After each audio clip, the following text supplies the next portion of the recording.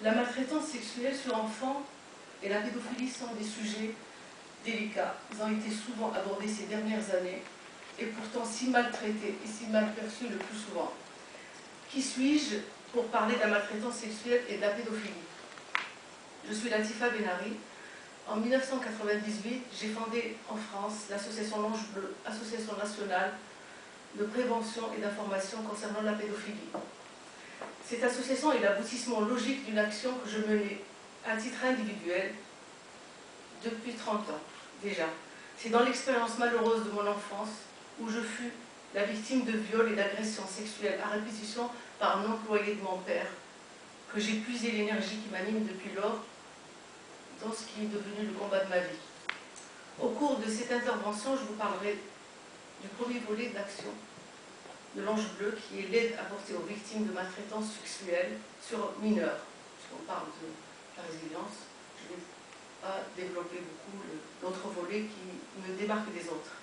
Mais tout d'abord, je tiens à préciser que je ne suis pas une théoricienne, et le français n'est pas ma langue maternelle, même si je le parle, et je n'ai reçu aucune formation sur la question de la maltraitance sexuelle. Le fait d'avoir été moi-même victime d'agressions sexuelles me permet certes de parler de ma propre expérience, mais ne permet en rien de légitimer un discours sur la maltraitance sexuelle en général. Ma formation, mes connaissances, c'est sur le terrain que je les ai acquises, au contact de milliers de victimes de maltraitance sexuelle et d'auteurs, durant 43 ans. Avant de vous présenter la manière dont je conçois l'aide à ces victimes, je commencerai par vous présenter la période de ma vie avant qui a précédé la naissance de l'Ange Bleu, en résumé. Alors, point de vue des victimes. Ces victimes, il s'agissait, dans la grande majorité des cas, des filles, de temps en temps des garçons, plus souvent des adolescents que des enfants, même si les agressions avaient fréquemment débuté pendant l'enfance.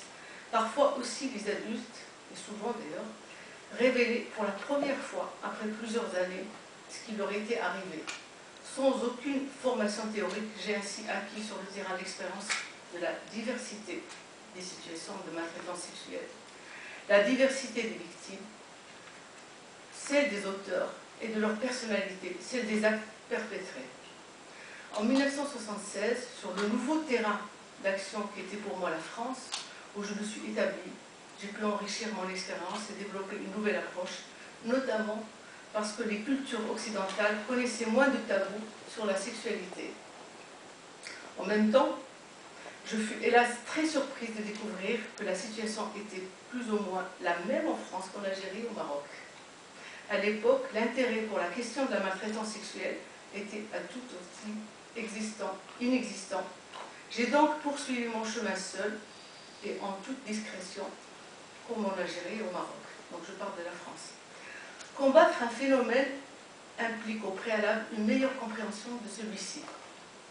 Les deux pôles de mon approche sont d'une part les victimes, d'autre part les auteurs, et de façon plus générale, les personnes susceptibles de passer à l'acte, principalement les pédophiles. C'est suite à une affaire présumée de pédophilie à l'école fréquentée par ma fille cadette, Chara, qu'est née l'association L'Ange Bleu. C'était en 1997, bien que l'instituteur sembla n'avoir agressé personnellement aucun de ses élèves passés ou présents, il ne faisait aucun doute qu'il avait des attirances pédophiliques, qu'il semblait de moins en moins maîtriser. Il devenait évident qu'il aurait été dangereux de le laisser continuer à enseigner. Mon intervention fut décisive dans sa mise à l'écart des enfants. Sitôt que cet enseignant fut suspendu, un vent de psychose se mit à souffler parmi les parents d'élèves de l'école, affolement, méfiance généralisée à l'ensemble des instituteurs masculins, escalade de suppositions délirantes, volonté irrationnelle de médiatiser l'affaire, sans égard pour les réactions des enfants. Le personnel de l'école était complètement dépassé. En tant que délégué des parents, d'élèves, je fus bientôt assiégée par des demandes de toutes parts. J'ai mesuré alors l'étendue des besoins en matière d'information sur les questions de pédophilie et de maltraitance sexuelle. Ce fut la raison pour laquelle j'ai décidé de me lancer à titre bénévole dans une initiative locale de ce type.